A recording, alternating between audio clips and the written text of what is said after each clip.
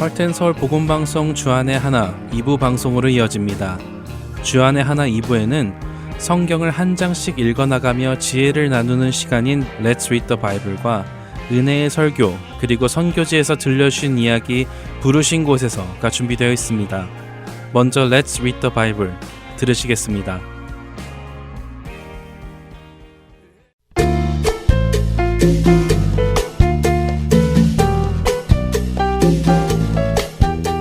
애청자 여러분 안녕하세요.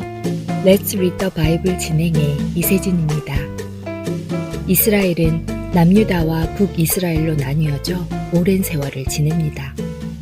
시간이 흐를수록 그들의 죄악은 심해져만 갔습니다. 그런 그들을 향해 하나님께서는 선지자를 보내셔서 심판과 회복의 말씀을 전하셨는데요. 북이스라엘을 다스리던 여로보암 2세 때에 아모스 선지자가 말씀을 전한 것처럼 호세아 선지자도 하나님의 부르심을 받았죠. 호세아 선지자가 북이스라엘 여로보암 2세 통치의 마지막 시대에 사역을 시작해서 남유다의 히스기야가 통치를 시작할 무렵까지 사역한 것으로 간주하면 그는 아마도 주전 750년부터 710년까지 약 40-50여 년 동안 사역한 것으로 추측할 수 있는데요. 그렇다면 호세아는 아모스 선지자가 활동한 후 약 10여 년 뒤에 활동한 선지자입니다. 호세아 역시 북이스라엘을 향해 하나님의 말씀을 전한 선지자였죠. 호세아 선지자는 참 특이한 부르심을 받았습니다. 단순히 말씀만 전하는 선지자로 부름받지 않았죠. 하나님께서는 호세아의 결혼을 통해 현재 이스라엘의 영적인 상태를 보여주기 원하셨습니다.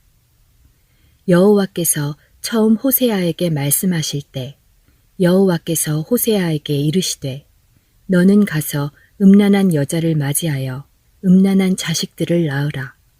이 나라가 여호와를 떠나 크게 음란함이니라 하시니 호세아 1장 2절의 말씀입니다.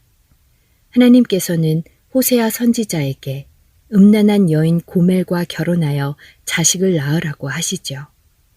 이를 통해 하나님과 이스라엘의 관계를 설명하십니다. 음란한 여인 고멜은 어떤 여인이었을까요? 학자들에 의하면 고멜은 당시 유명한 음녀였다고 합니다. 그런 그녀를 데려다가 결혼을 해야 하는 것이 호세아에게 주어진 사명이었죠.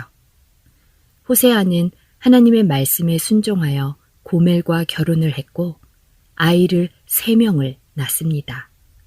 그럼에도 불구하고 고멜은 다시 호세아를 떠나 다른 남성들과 잠자리를 하다 결국 몸을 파는 삶을 살게 되죠. 하지만 하나님은 그런 고멜을 버리라고 하시는 것이 아니라 돈을 주고 다시 사오라고 호세아에게 말씀하십니다. 고멜이 포주에게 속하여 성매매를 하고 있기에 그녀의 주인에게 몸값을 주고 다시 그녀를 사서 데려와 사랑해 주라고 명하십니다. 호세아서 3장 2절과 3절입니다.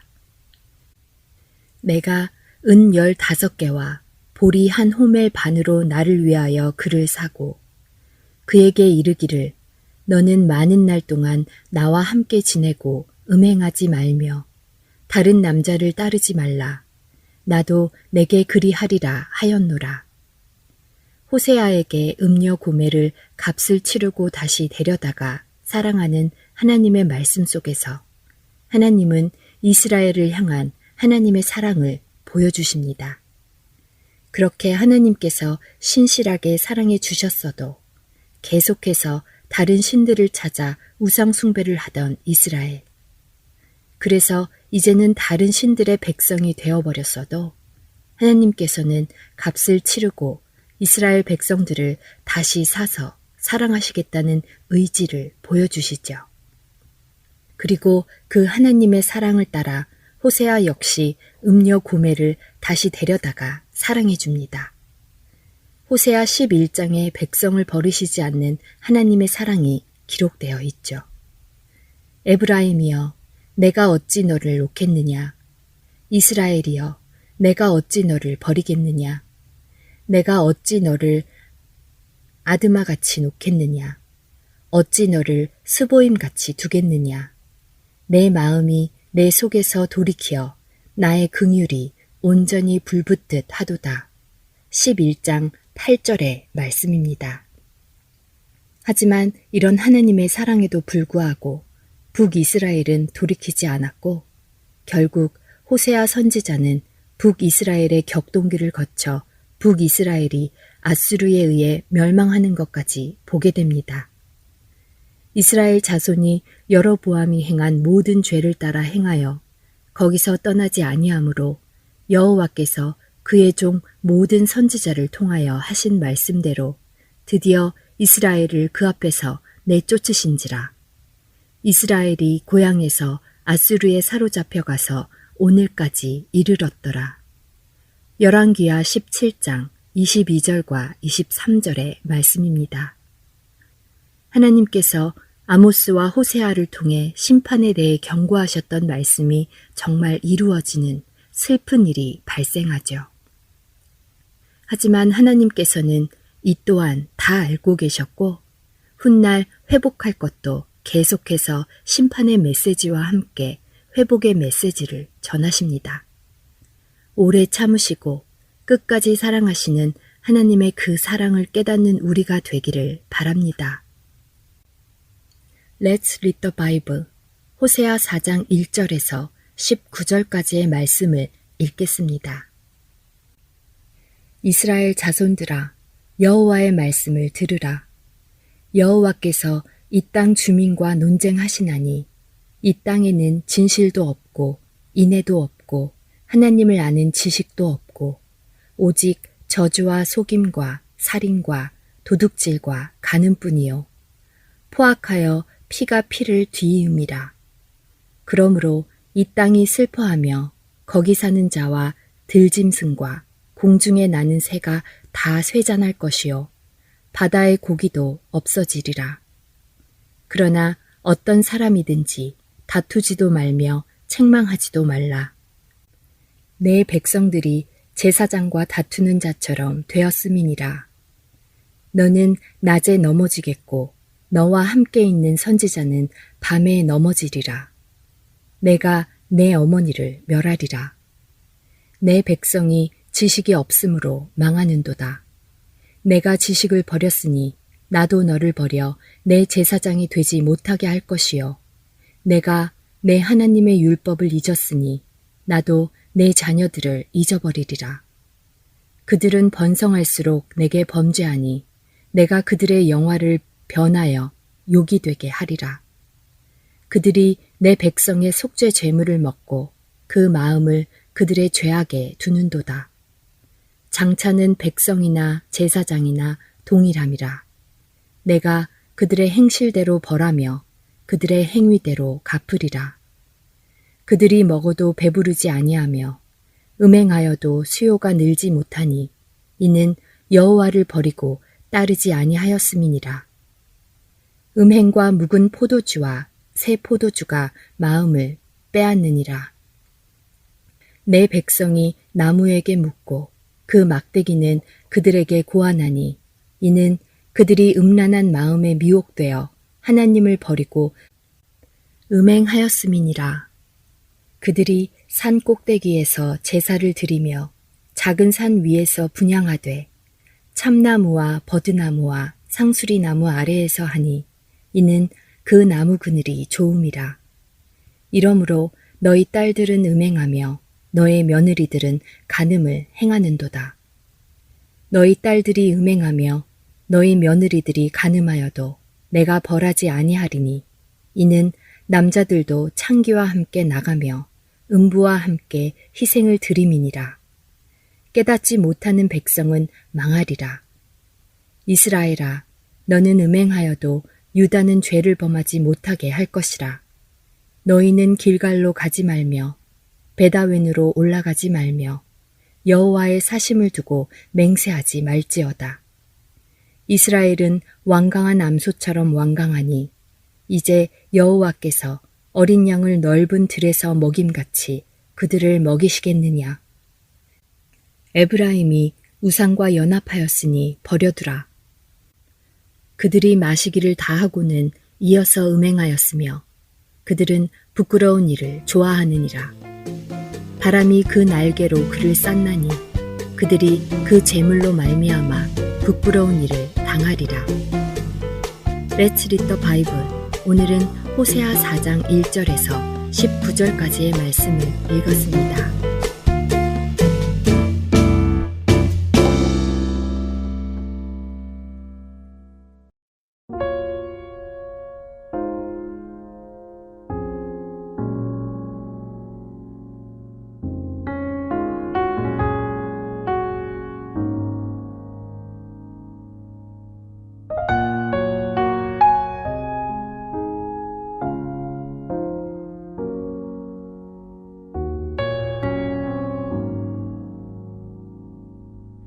너는 마음을 다하고 뜻을 다하고 목숨 다하여 하나님을 사랑하라. 오늘 내가 내게 명하는 이 말씀을 너는 마음에 새기고 하나님을 사랑하라.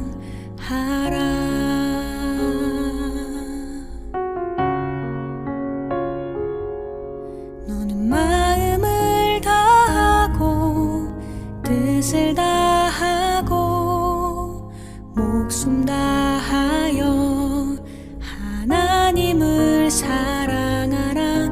오늘 내가 내게 명하는 이 말씀을 너는 마음에 새기고 하나님을 사랑하라. 너는 부지런히 자녀에게 가르치고 집에 있을 때든지 길 갈 때도 누워 있을 때든지 일어날 때든지 이 말씀을 강론하라.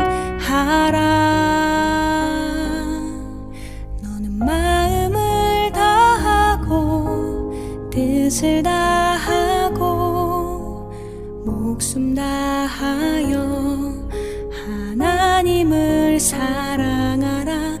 오늘 내가 내게 명하는 이 말씀을 너는 마음에 새기고 하나님을 사랑하라.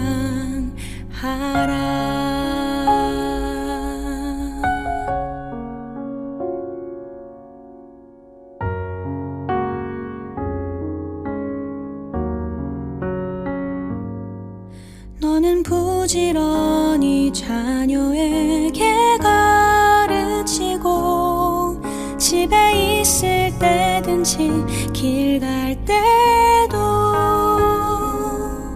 누워 있을 때든지 일어날 때든지 이 말씀을 강론하라.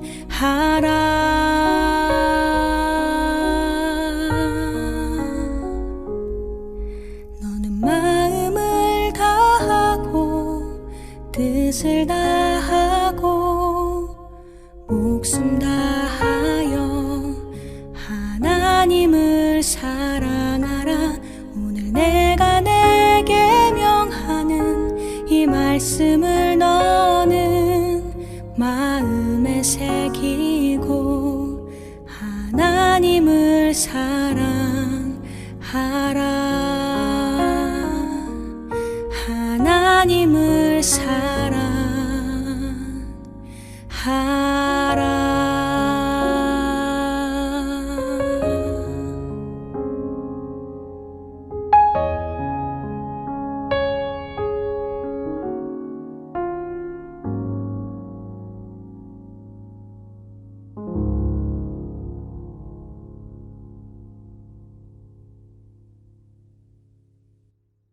은혜의 설교 말씀으로 이어드립니다. 오늘은 분당 우리는 교회 박광리 목사님께서 고난이 주는 두려움 쫓기라는 제목으로 말씀을 전해주십니다. 은혜의 시간 되시기 바랍니다.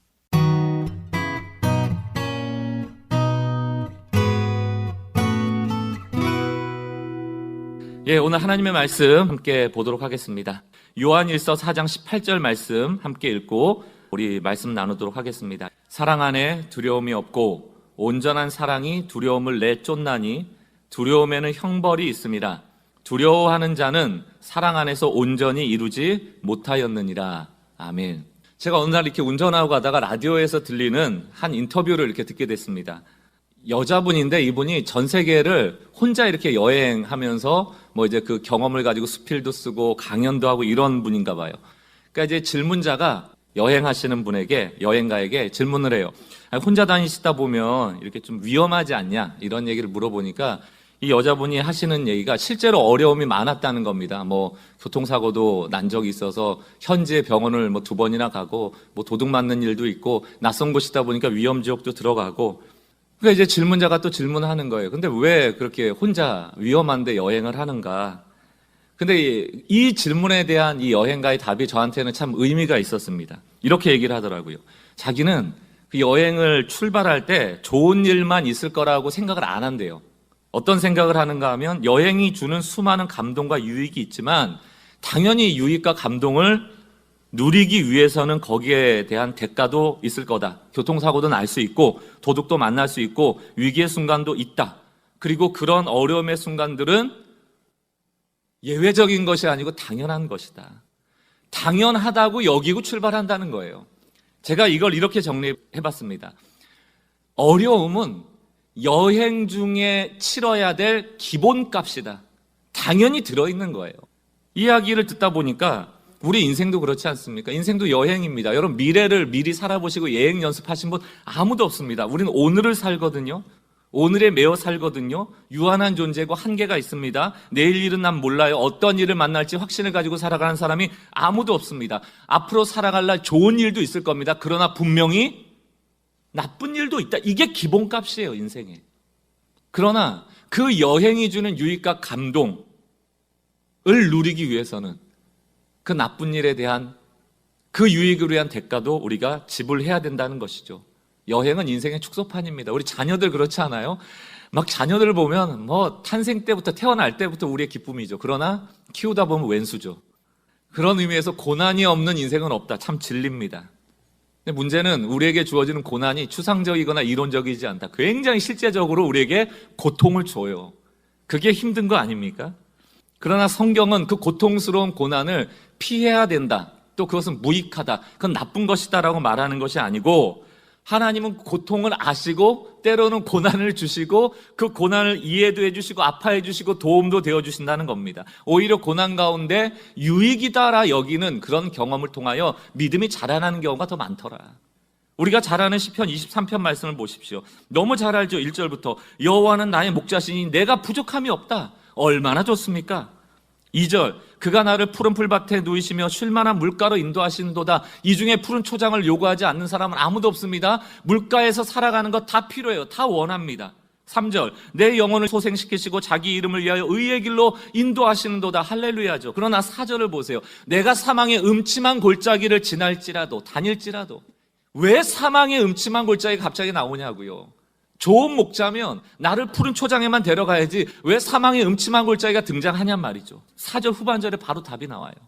사망의 음침한 골짜기가 있을지라도 내가 해를 두려워하지 않음은 주께서 나와 함께 하심이라. 오늘 우리가 나누어야 할 중요한 메시지가 여기에 있습니다. 고난은 해석이다. 고난은 무엇을 바라보는가의 문제이다. 시편 23편의 기자 또한 마찬가지죠. 그 시편 기자는 음침한 골짜기를 바라보지 않아요. 거기에 집중하지 않아요. 이 음침한 골짜기를 지나가야 푸른 초장이 나오고 이 지나가는 중에는 목자가 나를 인도할 것이니 그 앞에 놓인 푸른 초장을 보지 내 앞에 놓인 음침한 골짜기를 안 보더라는 겁니다. 똑같이 그 골짜기를 지나가지만 누구는 그 골짜기를 보고 그 누군가는 이것을 지나간 후에 푸른 초장을 보는 거예요. 고난의 해석입니다. 우리가 무엇을 보는가에 따라 해석이 달라지고 결과가 달라지고 마음이 달라지죠. 누구나 고난을 당하지만 그 고난을 모두 다 같이 해석하는 것은 아니다. 누구나 고난을 당하지만 모두가 같은 것을 보는 게 아니라는 것입니다. 사랑하는 성도 여러분, 주를 바라보십시오. 고난 자체가 주는 고통을 바라볼 게 아니고 그 고난에 함께 하시는 주를 바라보십시오. 예수님 얘기만 하다 보면 무슨 생각 들어요? 예수님이니까 극복했지. 예수님이 신이잖아. 이런 생각 드시잖아요. 우리도 극복할 수 있다. 그 메시지를 오늘 좀 나누고자 하는 것입니다. 먼저 예수님은 어떻게 그 견딜 수 없는 극형인 십자가를 감당하셨을까? 사실 예수님이 고난을 감당하시는 일은 굉장히 어려운 일입니다. 인간도 고난은 어렵지만 예수님은 더 어려운 것이 전능하시기 때문에 그래요. 하나님이시기 때문에 그래요. 그 얼마든지 이길 수 있으니까. 그럼에도 불구하고 왜 고난을 당하셨을까? 이유가 있지 않겠습니까? 고난의 해석이고 고난은 바라봄의 문제라고 했는데 예수님은 도대체 무엇을 바라보고 계셨기에 십자가를 감당하셨을까? 도대체 그 십자가를 어떻게 해석하셨길래 손에 발에 못을 박는 그 고통을 감당하셨을까? 여러분 잘 아시다시피 예수님은 신으로 십자가에 못 박힌 게 아닙니다. 완전한 인간으로서 십자가에 못 박힌 것이죠. 그러므로 목과 창, 그것이 손과 발과 옆구리에 찔려져 올 때 그 고통이 오롯이 완전한 인간 예수에게 전달된 것은 당연한 사실입니다. 예수님께서 겟세마네에서 기도하잖아요. 이 잔을 내게 옮겨달라. 이 인간으로서 마땅한 두려움이었을 것입니다. 그러나 내 뜻대로 마시고 아버지 뜻대로 해달라고 기도하지 않습니까? 예수님은 이 순간에도 내 고통에 집중하는 것이 아니고 아버지의 뜻에 이 고난의 문제를 대입해 보는 거예요. 그래서 히브리서 12장 2절에 보니까 뭐라고 되어 있습니까? 믿음의 주여 또 온전케 하시는 이인 예수를 바라보자. 예수님이 어떻게 하셨는지를 보자 좀. 그는 우리가 바라보는 그 예수는 그 앞에 있는 기쁨을 위하여 이렇게 되어 있죠. 십자가를 참으사 그 앞에 있는 기쁨을 위하여 지금 당장 내게 닥친 십자가를 참았다라고 되어 있습니다. 그 앞에 놓인 기쁨이 무엇이었겠습니까? 우리가 다 알아요. 우리가 어두움에 마귀의 손에 휘둘리고 살아가는 그것을 보기 어려워서 그 마귀에 붙잡힌 우리들을 해방시켜 주시려는 것 아닙니까? 그들이 해방되어 하나님의 자녀로 살아가는 것이 예수님께 기쁨이었고 이 십자가의 저주를 끊고 부활함을 통하여 하나님의 구원을 경험하게 되는 것이 예수님의 기쁨이었죠. 그러나 그것은 지금 당장 이루어지지 않습니다. 소망이죠. 그 앞에 놓인 것을 바라보는 것. 이게 믿음이에요. 그러나 믿음이 없는 자는 우리 앞에 놓여있는 십자가에 무너질 때가 너무너무 많죠. 똑같은 상황을 만나도 누군가는 이 상황을 전능한 하나님과 연결하여 기도하고 극복하는가 하면 누군가는 이 고난의 의미 자체를 해석할 힘조차 없어 무기력하게 고통 속에 빠지는 경우가 많더라는 것입니다. 그러나 사랑하는 성도 여러분, 의미 없는 고난 없습니다. 하나님이 다스림을 믿는다면 하나님의 손안에 있는 고난이다. 그러므로 우리는 반드시 이 고난을 영적으로 해석해 가야 합니다. 오늘 우리가 고난을 대할 때 어떤 태도를 가져야 하는지 세 가지만 함께 나누고자 합니다. 첫 번째가 고난이 여러분 영적 전쟁이라는 걸 기억하셔야 돼요. 고난은 전쟁이다. 다시 말하면 고난이라는 것은 하고 있는다고 사라지는 게 아니에요. 견디고 싸워야 한다. 싸워야 한다. 그 고난과 싸워야 한다. 고난은 싸움의 대상이다. 여러분 고난은 항상 우리의 마음을 공격합니다. 여러분 고난을 볼 때 환경의 어려움, 또 자녀 문제, 건강 문제, 재정 문제 오면 힘들죠. 고통을 느끼죠. 그러다 보니까 이것을 물리적인 고난이라고 생각할 때가 많지만 그 고난이 주는 공격적인 공격의 포인트는 마음이에요. 우리 영혼입니다. 그 마음을 빼앗아 가려고 하는 것입니다. 잠언 4장 23절 뭐라고 되어 있습니까? 우리 같이 한번 한 목소리로 읽어보면 좋겠습니다. 시작. 모든 지킬 만한 것 중에 더욱 내 마음을 지키라. 생명의 근원이 그 마음에서 난다. 그럼 영적 전쟁, 이 고난이라는 것이 우리의 어디를 잠식하려고 한다고요? 마음. 어쩌면 우리는 고난을 당할 때 그 고통을 느끼느라 너무 힘들다, 지친다, 이 고통을 느끼느라 이 전쟁이 실제로 어디에서 치러지고 있는지를 놓쳐버려요. 이 전쟁은 마음에서 일어나고 있는 겁니다. 영적 전쟁입니다. 이 고난은 내가 이 물리적으로 뛰어넘어가야 되는 그런 전쟁이 아니고 여호와의 전쟁이라고 바꿔버리는 겁니다. 그리고 마음을 지키는 거예요. 칼과 창과 단창으로 싸우는 물리적 전쟁이 아니고 그 영혼과 마음을 지키는 영적 전쟁이다. 사랑하는 성도 여러분, 우리에게 닥쳐오는 물리적인 또 환경적인 또 실제적인 고난이 있습니다. 그리고 그것은 우리를 고통스럽게 하죠. 그러나 그 고난이 궁극적으로 노리는 것은 우리의 마음이다. 우리의 영혼이다. 생명의 근원인 마음 지키고 영혼 지키는 게 너무 중요하다. 그러므로 여러분 고난이 찾아올 때마다 여러분 어느 영역으로 자꾸 가셔야 돼요? 내 마음이 지금 어떤가? 내 믿음이 어떤가? 내 영혼이 어떤가? 이 고난 가운데, 이 사망의 음침한 골짜기 가운데 나와 함께 하시는 하나님을 보고 있는가? 고난이 영적 전쟁임을 자각하는 것만으로도 우리에겐 큰 유익이 있습니다. 두 번째, 그럼 이 영적 전쟁의 실체가 무엇인가? 그건 두려움과의 싸움입니다. 두려움. 영적 전쟁이라는 것은 두려움과의 전쟁이다. 여러분, 고난이 오면 두렵잖아요. 미래에 대한 걱정이 앞서잖아요. 지금 뭘 말씀드리려고 하시는지 압니까? 고난이 오잖아요. 뭔가에 집중하게 됩니다. 우리의 모든 생각과 감각이 그냥 하나에 집중되어져요. 그리고 이전에는 그렇게 생각하지 않았는데 새로운 의식들이 막 깨어납니다. 여러분, 우리에게 주어진 고난이라는 게 온통 시야를 그 하나로 집중하도록 만든다. 이 얘기를 다시 말하면 우리의 시야가 좁아진다. 그래서 성경에서 고통이라는 뜻은 시야가 좁아진다는 뜻이에요. 그래서 하나님이 자꾸 우리를 넓은 곳으로 인도하고 높은 곳으로 인도한다고 하지 않습니까? 시야를 넓혀주는 것이 바로 은혜거든요. 여러분, 우리도 힘들게 하는 것들 혹은 상황 혹은 사람 있다면 아마 오늘도 하루 종일 그 생각만 하시는 분 계실 겁니다. 내일도 모레도 거기서 헤어나오지 못하는 그런 편향된 생각으로 지배받기 시작하는 것이죠. 그게 두려움 때문이거든요. 잘못되면 어떡하지? 고난은 늘 우리를 두려움으로 이끕니다. 혹시 이렇게 끝나는 건가? 내 인생이 이렇게 망하는 건가? 나는 도저히 해볼 도리가 없어. 이게 자기 연민에서 끝나는 정도가 아니고요. 심지어 고난이 너무 크게 보이잖아요. 그리고 그 고난에 깊이 집중하잖아요. 나만 초라해지는 게 아니고 내가 믿는 하나님이 왜소해지기 시작합니다. 하나님이 전능하신 분인데 그 전능하심이 더 이상 보이질 않아요. 작아져 버려요. 게다가 이전에 나에게 역사하셨던 그 하나님의 역사를 망각하기 시작하죠. 이스라엘 백성이 광야길에서 가장 큰 병이 뭐예요? 방금 전까지 하나님 역사해줘도 지금 당장 고난이 오면 거기에 함몰돼 버리잖아요.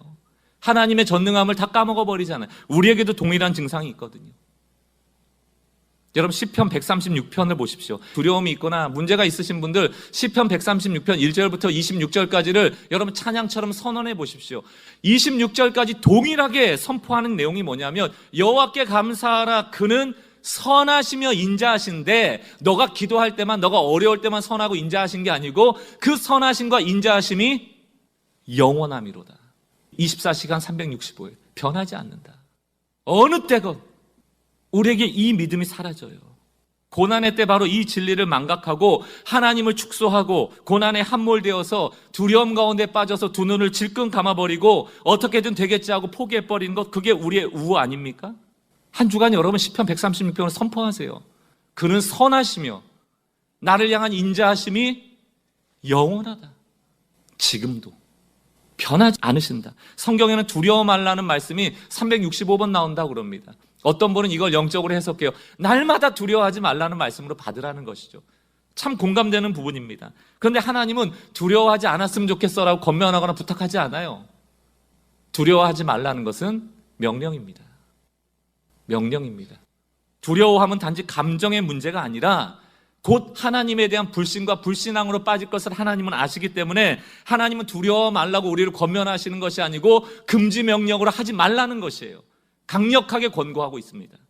예수님은 십자가 앞에서 두려움이 있으셨겠지만 요한복음 16장 32절에 보니까 그 해석이 달라요. 뭐라고 말씀하고 있습니까? 보라, 너희가 다 각각 제 곳으로 흩어지고 나를 혼자 둘 때가 오나니 벌써 왔도다. 다 버리고 도망가잖아요. 심지어는 예수님이 십자가 달려있을 때 제자들만 도망간 게 아닙니다. 누구도 사라지세요? 하나님과의 교제가 사라지세요. 엘리 엘리 라마 사박다니, 아버지 아버지 왜 나를 버리셨습니까? 철저하게 예수님은 홀로 되셔요. 왜? 죄인이니까. 하나님은 죄인을 바라보지 않거든요. 하나님은 죄를 싫어하시거든요. 죄를 가득 짊어진 그 예수의 십자가를 하나님은 바라보지 않습니다.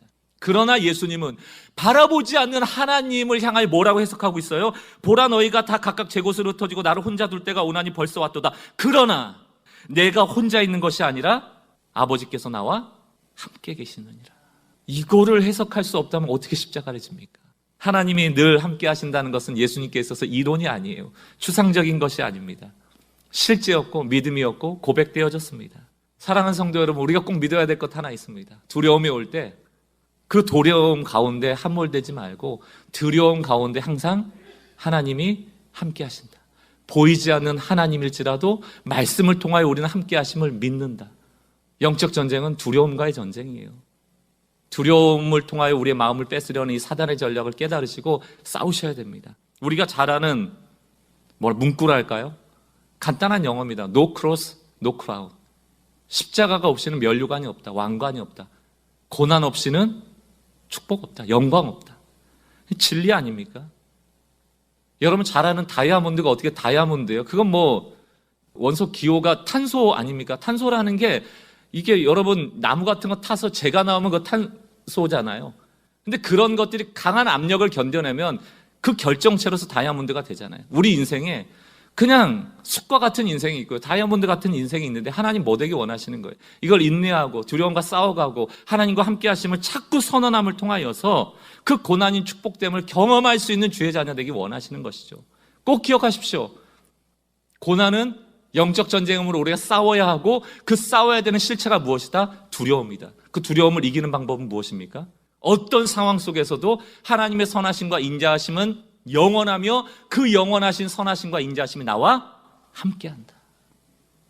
이 믿음으로 우리의 마음을 지키시는 주의 성도들 되시길 주의 이름으로 축원합니다. 마지막으로 세 번째입니다.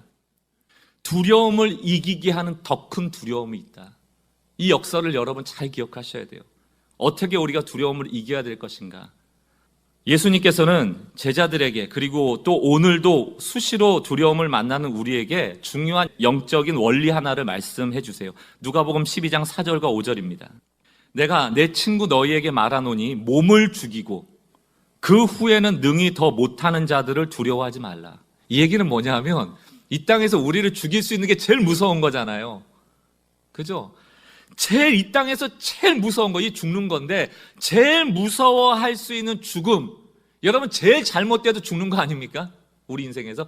그 죽음을 두려워하지 말라. 이 땅의 것들 중에서 두려울 게 없다라는 말씀하고 똑같습니다. 그리고 누구를 두려워하라? 5절 말씀. 마땅히 두려워할 자를 내가 너에게 보이리니, 진짜 두려워해야 될 대상이 있는데, 곧 죽인 후에 또한 지옥에 던져넣는 권세 있는 그를 두려워하라. 이 땅에서뿐만이 아니고 영원한 삶 속에서도 생과 사를 결정하는 그 하나님을 두려워하라는 거예요. 너에게 고난과 환난을 주는 외적인 것들, 사람이나 환경, 이 땅의 것들에서 너희를 두려워하게 할 것이 아무것도 없다. 그것은 단지 이 땅에서만 효력이 있다. 그러나 진짜 우리가 두려워해야 될 대상은 이 땅과 영원한 삶을 주관하시는 하나님이시다. 이것을 알았던 사람이 대표적인 게 출애굽에 나오는 이스라엘 산파들입니다. 애굽 왕이 무슨 명령을 해요? 아들 낳으면 다 죽여. 왜냐하면 이스라엘 백성들이 막 기하급수적으로 늘어나니까 힘이 강대해지잖아요. 노예인데 인구가 많아지면 어떻게 됩니까? 문제가 생기잖아요. 그러니까 애굽의 왕이라는 게 그 당시 신 아닙니까? 파라오. 신이 명령을 한 거예요. 이스라엘 산파들한테 아들 낳으면 다 죽이고 딸만 살려. 출애굽기 1장 17절을 보십시오. 뭐라고 되어 있습니까? 그러나 산파들이 하나님을 두려워하여 애굽 왕의 명령을 어기고 남자 아기들을 살린지라. 우리 방금 전 제가 설명드렸던 말로 다시 설명드리면 뭡니까? 그러나 산파들이 하나님을 두려워하고 애굽 왕을 두려워하지 않으므로 사내 아이들을 살린지라. 왜 이런 선택을 했을까요? 어떻게 애굽 왕, 그 당시 신이라고는 파라오에게 걸리면 죽는 건데 그들은 어떻게 그 아들을 살려둘 수 있었을까요? 여러분, 우리의 두려움을 이기는 방법은 더 큰 두려움이 올 때예요. 출애굽한 이스라엘 백성이 시내산에서 십계명을 받을 때를 한번 보십시오. 출애굽기 20장 19절 20절. 모세에게 이르되 당신이 우리에게 말씀하소서 우리가 들으리이다. 하나님이 우리에게 말씀하지 말게 하소서 우리가 죽을까 하나이다. 시내산에서 하나님이 모든 백성이 다 들을 수 있도록 십계명을 말씀하셨거든요. 근데 이 백성들이 감당을 못 하겠는 거예요. 하나님 보면 죽을 것 같은 거예요. 그 음성만 들어도 죽을 것 같은 거예요. 그래서 모세한테 뭐라고 얘기합니까? 우리는 못 듣겠어요. 죽을까 봐 겁나요. 모세 당신이 듣고 우리한테 전해주세요. 이렇게 얘기를 한단 말이에요. 20절 모세가 뭐라고 얘기합니까? 모세가 백성에게 이르되 두려워하지 말라. 하나님이 임하심은 너희를 시험하고 너희로 경외하여 범죄하지 않게 하려 하십니다. 이 20절 말씀을 자세히 보면 이스라엘 백성에게 하나님을 두려워하지 말라라고 얘기해놓고 그 뒤에는 경외하라고 말하고 있죠. 두려워하지 말라는 것과 경외하라는 이 두려움의 용어 야레 똑같은 얘기예요. 그럼 여러분 이 말씀은 모순입니다. 너희는 하나님을 두려워하지 말라, 그리고 하나님을 두려워하라, 이 얘기거든요. 이게 도대체 무슨 얘기입니까? 이 얘기의 핵심은 무엇인가 하면 이스라엘 백성이 두려워한 것은 뭡니까? 하나님을 만나면 죽을까 두려워하노라, 이렇게 돼 있거든요. 그랬더니 모세가 뭐라고 얘기하는 거예요? 죽을 것을 두려워하지 말고 하나님을 두려워하라, 이렇게 바꿔주는 거예요. 여러분, 우리가 뭘 두려워하고 있습니까? 두려움의 실체를 잘 따져보면 이 땅의 것들이죠. 하나님을 두려워한다면, 그분을 경외한다면 이 땅에서 두려워할 것은 없다 라는 메시지가 이 안에 담겨져 있어요. 그럼 여러분 다 오늘 이 출애굽기 20장 19절 20절 말씀을 나에게 적용을 해보세요. 우리는 죽을까 두려워하고, 망할까 두려워하고, 자녀가 잘못될까 두려워하고, 건강해야 할까 두려워하고, 이것이 비참한 일로 끝날까 봐 두려워하고, 그 두려워하고 있을 때 모세가 뭐라고 얘기합니까? 두려워하지 말고 여호와를 경외함으로 범죄하지 말라. 범죄라는 게 뭡니까? 하나님을 믿지 못하는 것, 신뢰하지 못하는 것. 여러분, 세상을 두려워하면 범죄하게 돼 있습니다. 여호와를 경외하면 그 범죄로부터 이기게 돼요. 우리가 고난으로부터 두려워하기 시작하면 범죄하게 됩니다. 하나님만 두려워하십시오. 하나님만 바라보십시오. 그것이 오늘 출애굽기가 말씀하고 있는 겁니다. 여러분, 두려움하고 경외는 차이가 좀 있습니다. 두려움이라는 건 대상이 있죠. 대상이 있을 땐 두려워했다가 대상이 없으면 두려워 안 합니다. 돈이 있을 때는 안심하다가 돈이 없으면 두려워지는 거, 이런 것들은 두려움의 사실 대상이 아니에요. 오히려 이런 세상적인 것들을 우리가 두려워했다가 두려워하지 않았다가, 있으면 좋아했다가 없으면 싫어했다가 하다 보면 우리의 신앙도 기복적 신앙이 되어 하나님께 범죄하게 됩니다. 어떤 기도하게 됩니까? 그런 두려움에 빠지면 이런 기도하게 돼요. 아, 이거 있게 해주세요. 이거 없는 거 나 싫어. 이거 있게 해주세요. 돈 있게 해주세요. 실패는 없게 해주세요. 우리 자녀 잘 되게 해주세요. 건강하게 해주세요. 그리고 그거 응답 안 해주시면 두려움에 빠지고, 그것 좀 주면 또 희희낙낙하고. 그건 기복신앙이에요. 그런 것들에 마음 빼앗기지 말고 너는 여호와를 경외함으로, 여호와를 불신하는 죄를 짓지 말라는 얘기입니다. 경외라는 것은 이 만물을 창조하신 하나님에 대한 피조물로서의 인정함, 존경함, 그리고 그 앞에 경탄하는 거예요. 그러니까 이게 낮은 자의 위치에서 높은 자를 바라보는 마음이거든요. 단지 있고 없고의 문제로 두려워하고 두려워하지 않고의 문제가 아니라는 것입니다. 사랑하는 성도 여러분, 여호와를 경외한다라는 뜻은 무엇인가 하면 우리는 스스로는 존재할 수 없으므로 오직 하나님의 다스림 안에서만 살 수 있다는 것을 철저하게 인정하는 태도예요. 제 경외입니다. 돈은 없어도 살 수 있지만 하나님 없이는 살 수 있습니다. 그런데 우리는 돈 때문에 두려워하고 하나님은 잊어버리죠. 그때 외쳐야 돼요. 하나님을 두려워함으로 나는 돈의 노예가 되지 않겠다. 돈이 없으므로 두려워하지 않겠다. 때로는 건강해야 함으로 두려워하지 않겠다. 그러므로 이게 쉬운 고백이 아니잖아요. 영적 전쟁이고 두려움과의 싸움이다라는 걸 기억하셔야 됩니다. 이렇게 결론을 맺을 수 있겠습니다. 세상이 주는 두려움은 일시적이고요, 있다 없다 하는 거니까 하나님의 보호하심, 다시 말해 하나님을 두려워하는 자를 지켜주시는 하나님의 복은 영원하다. 기억하십시오. 세상이 주는 두려움은 일시적이고 우리가 경외하는 하나님이 주시는 보호하심은 영원하다. 그의 선하심과 인자하심은 영원하시도다. 여러분, 이걸 기억하셔야 돼요. 우리의 인생에는 미로 같은데요, 높은 곳에서 미로 같은 우리의 삶을 보고 계시는 분이 계시다. 그럼 우리 뭐 하면 돼요? 길을 잃었어요. 이게 뭡니까? 이게 기도예요. 하나님, 저요, 제가 길을 잃었어요. 높은 곳에 있는 관망대를 향하여 손들면 됩니다. 아까 고난이 뭐라고 했어요? 눈이 좁아져서 자꾸 낮은 곳에 집중할 때 하나님은 우리를 자꾸 높은 곳으로 데려가신다. 넓은 곳으로 데려가신다. 그곳을 탈출할 수 있도록 도와주신다. 미로에서 길을 잃고 두려워 떨 때 손만 벌쩍 들면 높은 관망대에서 바라보시던 하나님 우리를 도우신다. 기도는 하나님을 경외하는 자들이 고난이 주는 두려움을 극복하도록 우리에게 주신 선물 같은 것입니다. 오늘 요한일서 4장 18절 말씀 여러분 한번 결론으로 읽어보겠습니다. 사랑 안에는 두려움이 없고 온전한 사랑은 두려움을 쫓나니 두려움에는 형벌이 있습니다. 이것 때문에 우리 무서워하는 거 아니에요? 두려워하는 자는 사랑 안에서 온전히 이루지 못하였느니라. 이 말씀의 핵심은 뭐냐면 우리가 경외하는 그 하나님, 우리가 바라보는 그 하나님이 내가 손들었는데 안 도와주실 것 같다라고 믿는 것, 그게 두려움의 실체라는 거예요. 그분이 우리를 사랑하신다는 걸 믿는다면, 그 아들을 아끼지 아니하실 정도로 우리에게 내어주신 님을 믿는다면 우리가 손을 들 때 그분은 반드시 도우신다. 우리를 보고 계신다. 그분이 나를 사랑하신다. 그러므로 온전한 사랑은 손을 들 때 우리를 반드시 도와주실 것이라는 믿음을 가진 자는 두려움을 쫓아낸다는 거예요. 오늘 이 사랑을 신뢰하시기 바랍니다. 그분만 경외하시기 바랍니다. 하나님을 더 깊이 경외함으로 우리를 향한 사랑을 신뢰해드림으로 세상이 주는 고난과 두려움으로부터 자유함을 얻고 승리하고 이 영적 전쟁에서, 이 두려움의 전쟁에서 주의 도우심으로 승리하는 주의 백성 되시기를 주의 이름으로 축원합니다.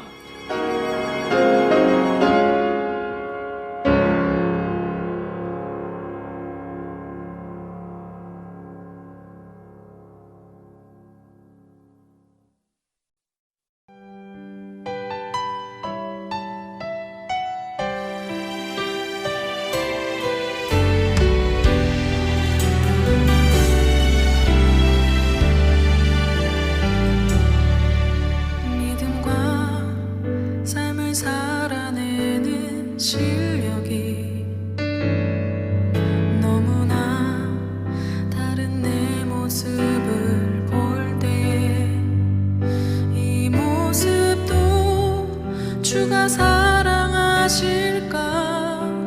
자신 없는 내 모습 그저 주님 앞에 있네 나 같은 자도 사랑하여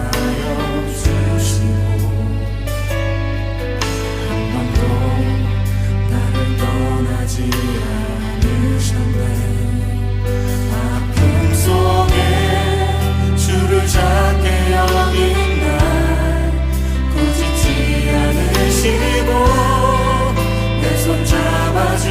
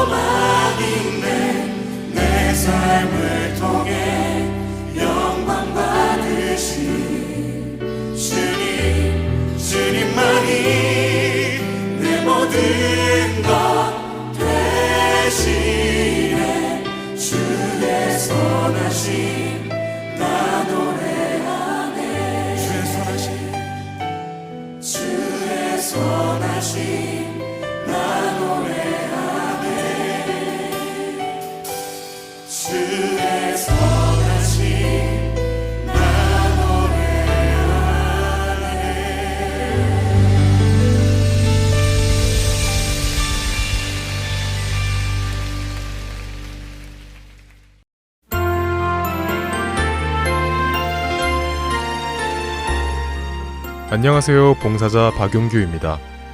3개월 혹은 6개월마다 새로운 방송들이 여러분을 찾아가는데요. 지난 방송을 다시 듣고 싶어 하시는 분들이 많이 계시더라고요. 그런 분들을 위하여 그 방법을 말씀해 드리겠습니다. 홈페이지 www.heartandseoul.org로 접속하셔서 특별 방송을 클릭하시면 됩니다.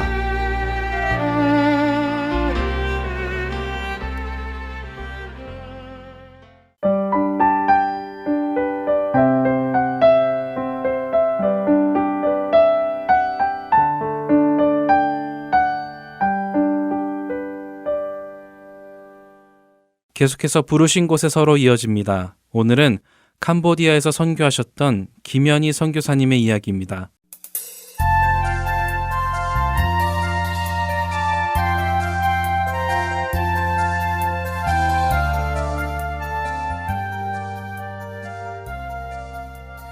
하나님께서 주신 만남이라 믿고 결혼의 모든 과정을 기도로 준비하였습니다. 많은 캄보디아 아이들의 축복과 사랑 속에서 언약을 하게 된 우리 가정은 어떻게 세워져야 할지 앞이 보이지 않고 막막했습니다. 지구 반대편에서 찾아와 준 남편도 우리의 만남을 통해 하나님께서 하실 일이 있음을 믿었고, 저 또한 이 사람과 어떻게 하나님 나라를 위해 우리가 살아가야 할지 기도하였습니다. 지구 반대편에서 각자 살아가다가 합치는 것이 과제가 되었습니다. 그 이야기가 나오는 순간 대화를 피하고 싶었습니다. 누군가 한 명은 자신의 모든 것을 정리해야만 우리 가정은 하나가 될 수 있었습니다. 선교 사역을 하고 있는 것을 알고 나를 찾아왔으니 당연히 남편이 오겠거니 했지만 남편의 생각은 달랐습니다. 한국에서 대기업을 다니며 평탄하게 삶을 살아가던 남편은 하나님께서 미국으로 부르셨음을 믿고 모든 것을 내려놓고 아는 사람 한 명 없는 미국으로 왔습니다. 미국에서 신분과 재정에 많은 어려운 시간들을 보내고 나서 정착을 하는 시기였습니다. 선교지에서 오랜 시간 체력적으로, 영적으로 지쳐 보인 저를 결혼을 통해 잠시 쉬게 해주고 싶다며 미국으로 함께 오기를 말없이 기다렸던 것입니다.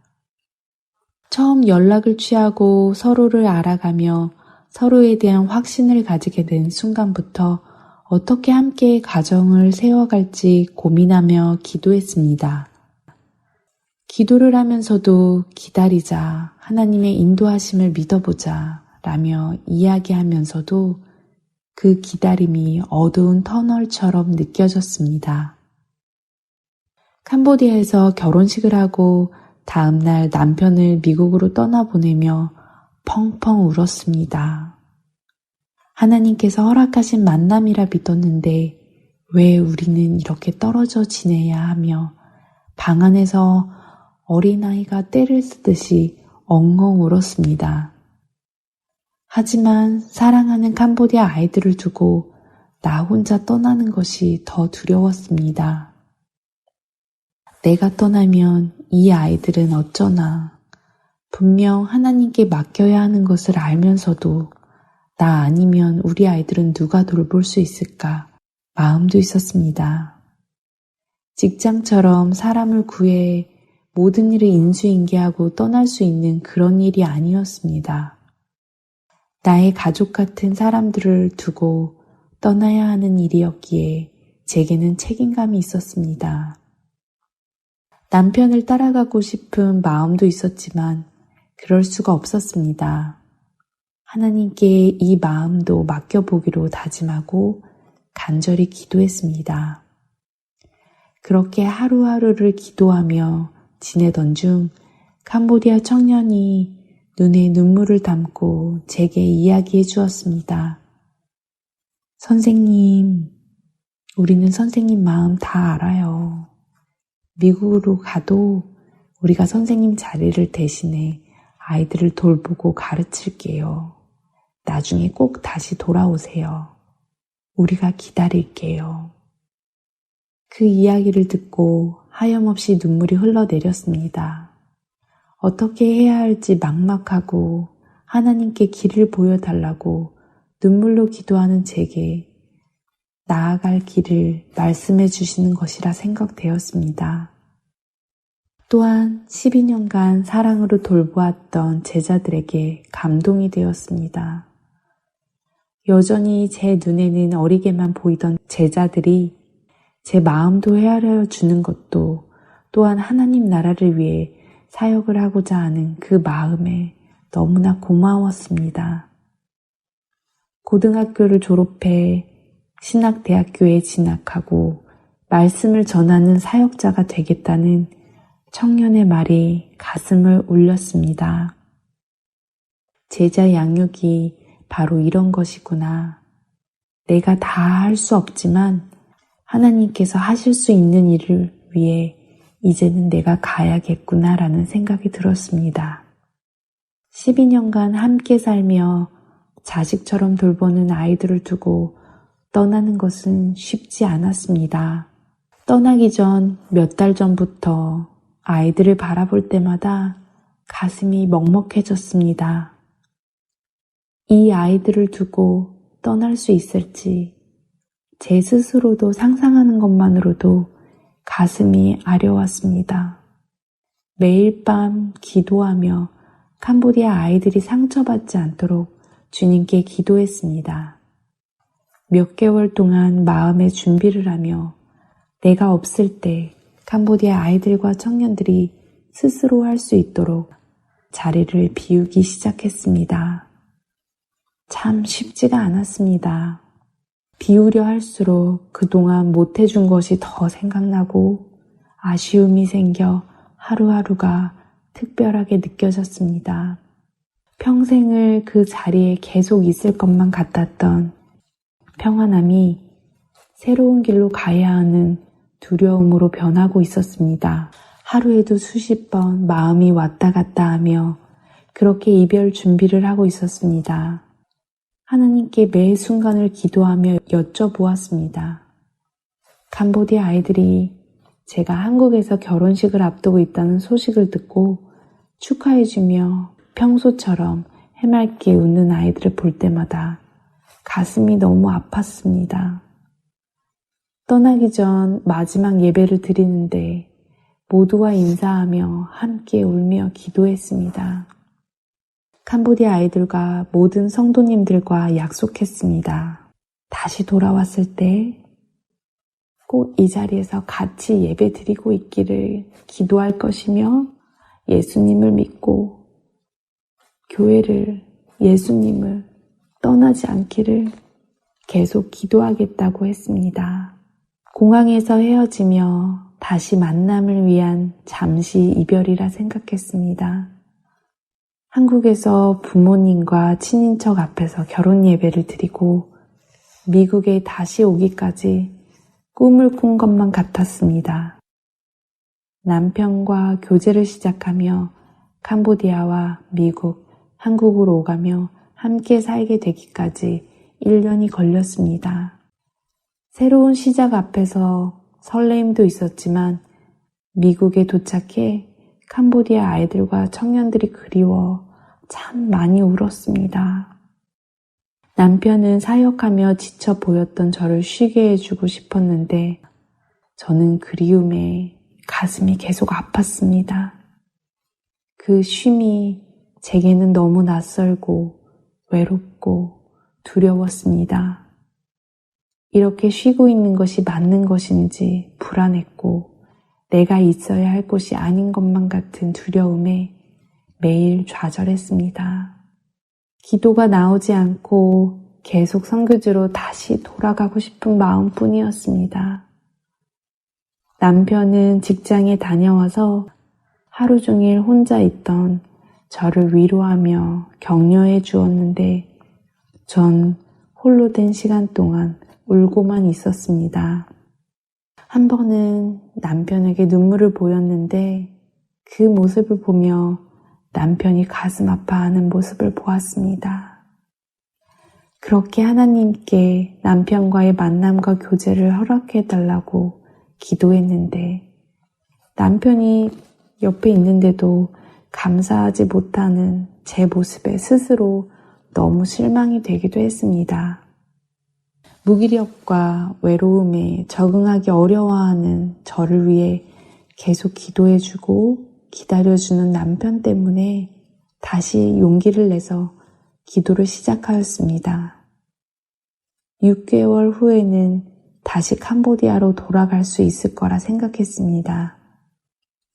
미국에서 시작된 제 삶은 또 다른 선교지로 온 것만 같았습니다.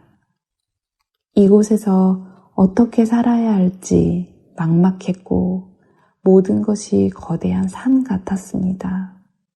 캄보디아가 내 고향인 것 같이 온통 캄보디아 집으로 돌아가고 싶은 생각뿐이었습니다. 그러던 어느 날 행복한 시간을 보낼 수 있도록 저를 위해 기도하고 있다는 캄보디아 아이들의 소식을 듣고 적응하지 못하고 있는 제가 너무 부끄러웠습니다. 그때부터 캄보디아 아이들을 다시 만날 날을 소망하며 다시 만났을 때 더 많은 것을 나누고 싶어졌습니다. 일상에서 선교적인 삶을 살아가며 선한 영향력을 전하는 것이 내가 해야 할 일임을 깨닫게 되었습니다. 그렇게 살아온 지 벌써 6년이 되어갑니다. 캄보디아 선교사님과 계속적으로 연락하며 선교지 소식을 전하고 기도하는 일을 해야 함을 매일 다짐합니다.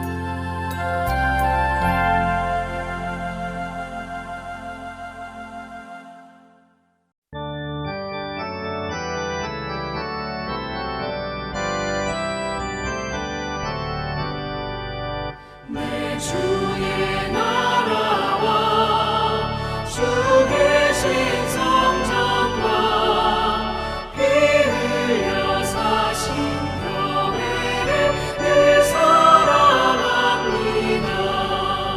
내 주의 교회는 전성과 같아서 눈동자같이 아끼사 늘 보호하시네. 이 교회 위하여 눈물과 기도로 내 생명 다하기까지 늘 감사합니다.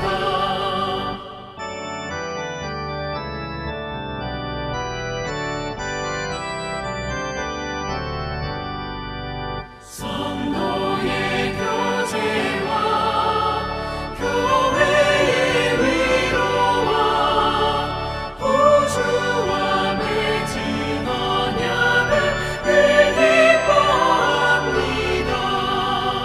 하늘의 영광과 베푸신 은혜가 진리와 함께 영원히 시온에 넘치네.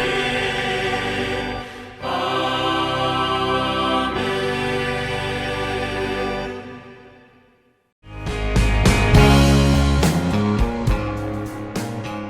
주안의 하나 2부 준비된 순서를 마치고 계속해서 주안의 하나 3부로 이어집니다. 주님의 말씀을 더 알아가는 시간 되시길 소망합니다. 안녕히 계세요.